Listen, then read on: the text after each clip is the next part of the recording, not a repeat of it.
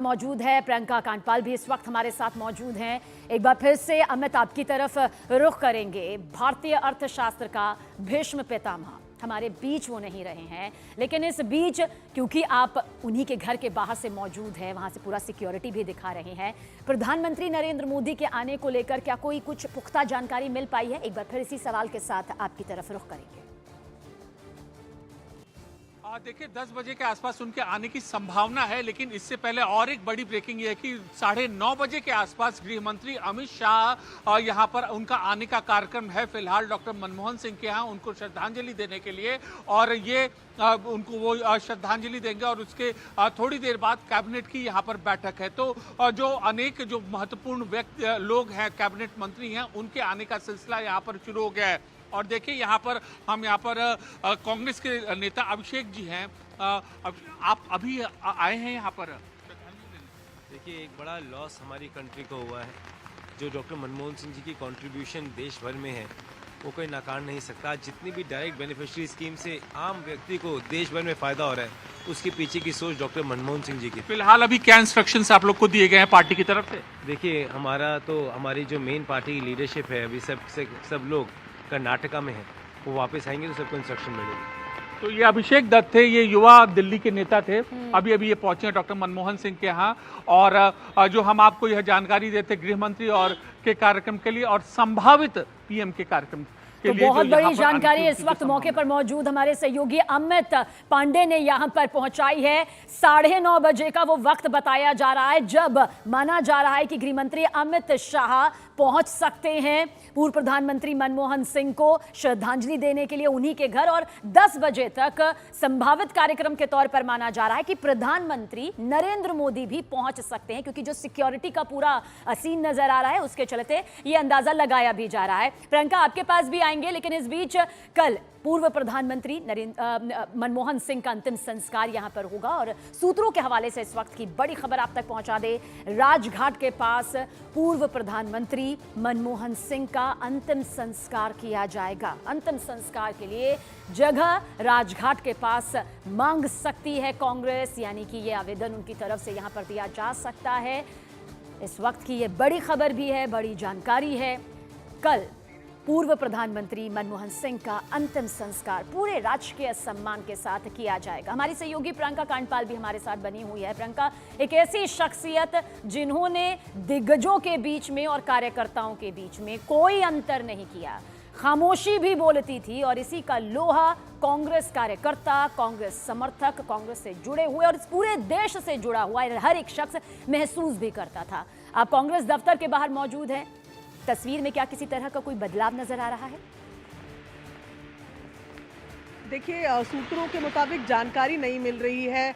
सबीना, बताया जा रहा है कि डॉक्टर मनमोहन सिंह की जो बेटी है वो आज रात 1 बजे तक अमेरिका से वापस आएगी और उसके बाद कल ये अंतिम संस्कार का जो कार्यक्रम है वो रखा जाएगा। अभी खबर सूत्रों से ये भी आ रही है कि 8 से 10 बजे का समय है वो AICC में, जहाँ पर इस वक्त हमारी मौजूदगी है कांग्रेस दफ्तर में, यहाँ पर उनके पार्थिव शरीर को अंतिम दर्शनों के लिए रखा जा सकता है। ये शुरुआती जानकारी फिलहाल सूत्रों से मिल रही है कि उनकी बेटी आज रात 1 बजे तक अमेरिका से दिल्ली आ जाएंगी और कल अंतिम संस्कार का ये कार्यक्रम होगा, जहां पर तमाम प्रधानमंत्री, पूर्व प्रधानमंत्री जो हैं जिनके समाधि स्थल वहां पर हैं, उसी के आसपास इनके लिए भी जमीन का आवेदन या निवेदन कर सकती है। ये अभी जानकारी मिल रही है, कांग्रेस ये निवेदन कर सकती है।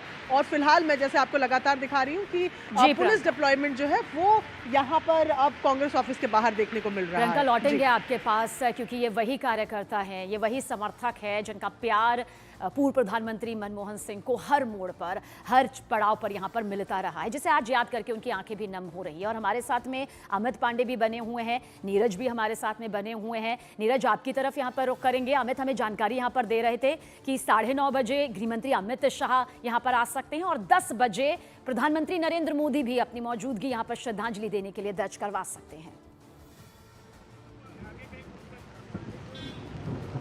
सबीना, देखिए 2 गेट है मनमोहन सिंह के आवास का, दोनों गेट पे सिक्योरिटी मूवमेंट जो है बहुत तगड़ी की जा रही है। इस वक्त बैरिकेड किया जा रहा है। हम लोग भी जहां खड़े हैं वहां से भी हमें हटने को कहा गया। तो वीवीआईपी मूवमेंट तो होगा ही, लेकिन मनमोहन सिंह की शख्सियत पर ही आज बातचीत करने का दिन है। तमाम जो खबरें आ रही हैं कि कल अंतिम संस्कार होगा, कांग्रेस दफ्तर में भी रखा जाएगा, इस बात की संभावना है।